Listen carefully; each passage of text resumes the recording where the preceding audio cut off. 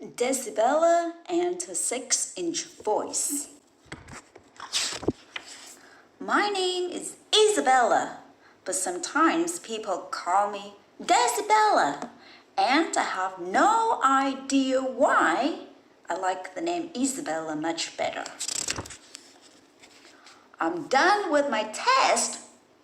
Shh, Decibella, shh. Do you have any books about squirrel monkeys? Shh, Decibella, shh. Mom, I'm home. Shh, Decibella, shh. Hi, Grandma. Shh, Decibella, shh. I'll have the smiley face pancakes. Shh. Isn't that one of your students? Pass the popcorn, please. Shh. Today, my teacher asked me to stay in for recess so we could have a little chat. Isabella, I'm proud of you for doing so well on your social studies test. And your book report on squirrel monkeys was one of the very best. But today, we need to talk about how to make a better choice. Sometimes you talk way too loud and you need to lower your voice. It's important that you speak loud enough for those who need to hear, but you don't want to speak so loud that people cover their ears. It kind of bugs others when your voice is way too loud. Sometimes you need to talk softer, and I can show you how. Most of the time when we are working in the classroom, you need to use your 6-inch voice. What's that? Your 6-inch voice is halfway between your whisper voice and your table talk voice. My what? Isabella, you have 5 voice volumes, and you get to decide which one works best for you and others when you're trying to get things done. There's whisper, 6-inch, table talk, strong speaker, and outside. Let's use the word slurp-a-doodle and give each of them a try. Slurp-a-water? Slurp-a-doodle. Table talk. Let's start in the middle. Say slurp-a-doodle in your table talk voice. That's the voice that I'm using now. It's your regular talking voice. Slurp-a-doodle. This is the voice you will use the most. It's how people talk on TV. It's not too loud and it's not too soft. It's as regular as can be. Use your table talk voice when you are hanging out with your friends at the mall, talking on the phone, or talking to others at the dinner table. Outside. Now, shout. Slurp-a-doodle as loud as you can. Slurp-a-doodle. This is what your outside voice sounds like. You can hear it from far away. Use it to cheer on your team at a game or when you go outside to play. When you bring your outside voice inside, it gets you into trouble. Unless, of course, you have an emergency and you need to call for help. Like last week, you accidentally got your hair caught in the door. Help! Now, find the voice that is halfway between your table talk voice and your outside voice, and use it to say, slurp-a-doodle, slurp-a-doodle. This is your strong speaker voice. Your strong speaker voice is the voice that you use when you need to talk to a group. You need to breathe in deep, stand up tall, speak strong, and try not to stoop. Use a strong speaker voice when you need to be a speaker, like when you are giving an oral report in class or acting in a play. Now, let's go back to the middle again. Say slurpadoodle in your table talk voice. Slurpadoodle. Perfect. Now, whisper. Slurpadoodle, slurpadoodle. Isabella, this is what your whisper voice sounds like. It's the softest voice you can make. You have to be right next to the people you're talking to, or they cannot hear what you say. Use your whisper voice when you're trying to be quiet in the library, when you need to ask me a question during a test, or when you're in a movie theater and you need to talk but you don't want to bother other people around you who are trying to watch the show. Now, find your voice that's halfway between your table talk voice and your whisper voice and use it to say slurpadoodle, slurpadoodle. This is your 6-inch voice. That means if a person is more than 6 inches away from you, he can't hear your voice. 6 inches is about the distance from your pinky to your thumb. So place your thumb on your chin like this and see if we can have some fun. Can you hear me now? Can you hear me now? Can you hear me now? Most of the time, when you're working in class, I need you to use your 6-inch voice. When everyone uses their 6-inch voice, our classroom starts to buzz. Nobody makes too much noise. And our work gets done because we can talk and work and still stay on track. And our voices don't bug each other. A buzzing classroom sings, guess what? We're working with one another. Isabella, you're in charge of how loud you are.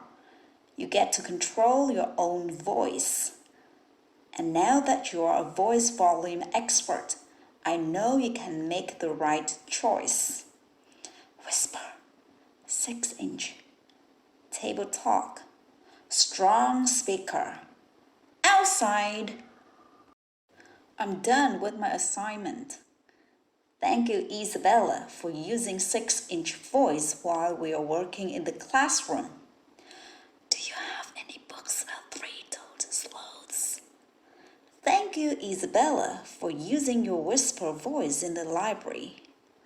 My report today is about the planet Mars. Isabella, I love the way you used your strong speaker voice when you gave your oral report. Hi, Grandma. Hi, Isabella. It's so great to hear your voice. Ready or not, here I come. I just love it when I can be as loud as I want. Ta-da! Now that I'm a voice expert, I think about what voice to use. My 6-inch voice works best in class, but when I'm outside, I get to choose. I never bring my outside voice inside because it's way too loud unless I'm at a basketball game and I'm cheering with the crowd. Now, other kids don't call me Decibella because I know what voice to use. There's whisper, 6-inch, table talk, strong speaker, and outside. I get to choose. Mom! Of course, I can use my outside voice inside if there's a need for urgency, like last week when I cut my hair in the door.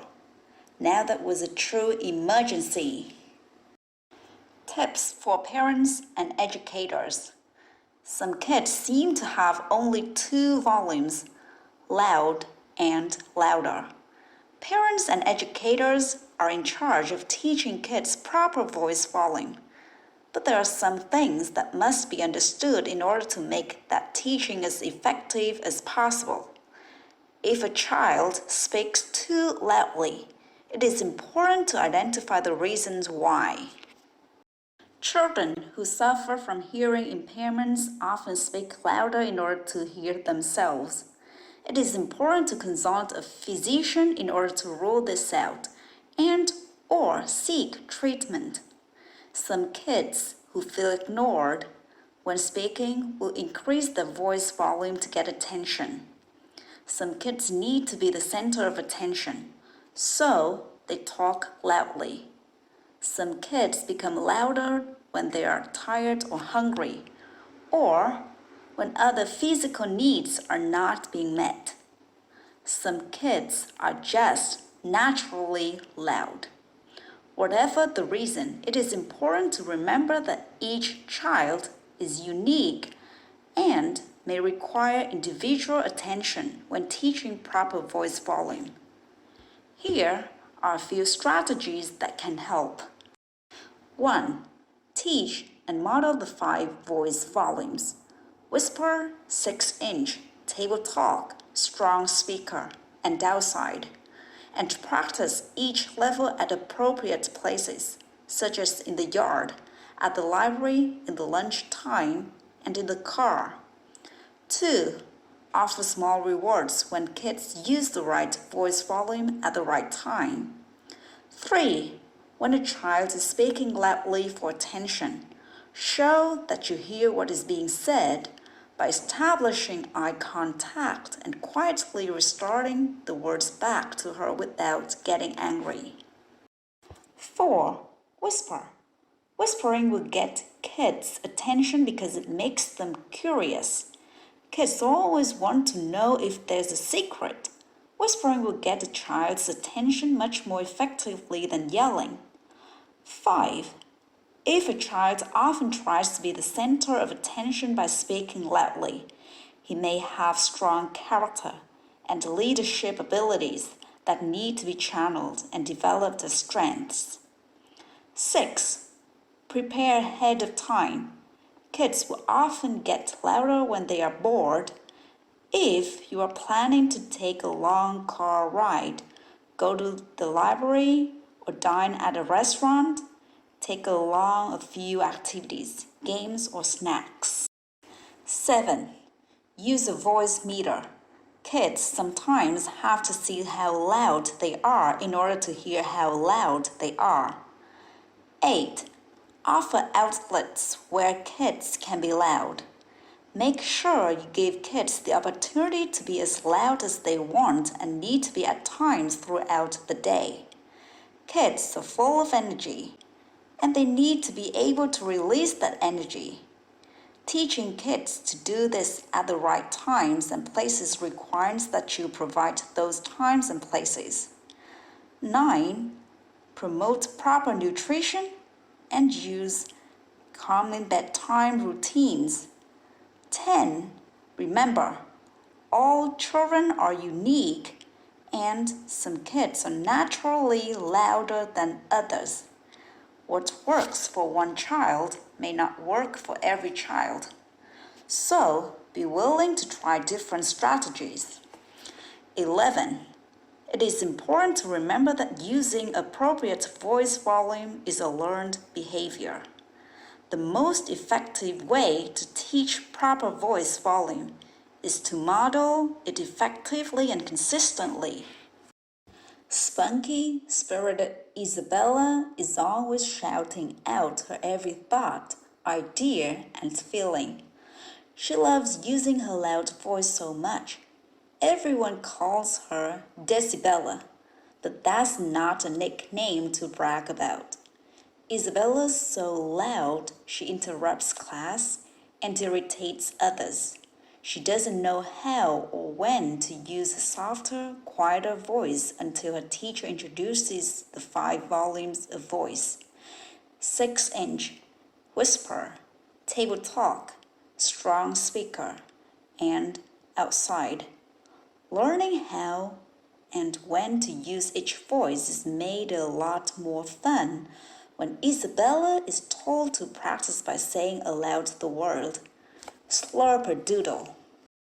Award-winning author Julia Cook's creative storytelling, coupled with eye-pleasing illustrations, help K6 readers learn and remember what voice volume to use when speaking in class, chatting in the library, sitting at the lunch table, or playing outside. Decibella and Her 6-Inch Voice is the second book in the author's popular series, Communicate with Confidence, which focuses on skills to help young children be better communicators. Julia Cook has done it again. In the spirit of her previous work, she has taken a social concept and defined it with a child-friendly story and engaging main character. Julia offers a non-judging and child-friendly approach to teaching the hard parts of social interaction. Decibella and Her 6-Inch Voice is one of those must-have gems that every teacher can use over and over again. Carridon Buran, education specialist and author. Julia Cook, a former educator and school counselor, has written many books for children and teachers, including the popular page turners. I Just Don't Like the Sound of No, Making Friends is an Art, and The Worst Day of My Life Ever. Her activity guides for teachers offer classroom-ready fun to reinforce life lessons shared in her storybooks.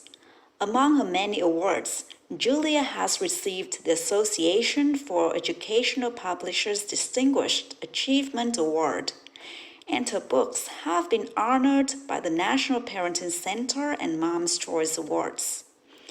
Anita Dafella is an award-winning illustrator, editorial art director, and university adjunct faculty member in Pittsburgh, Pennsylvania.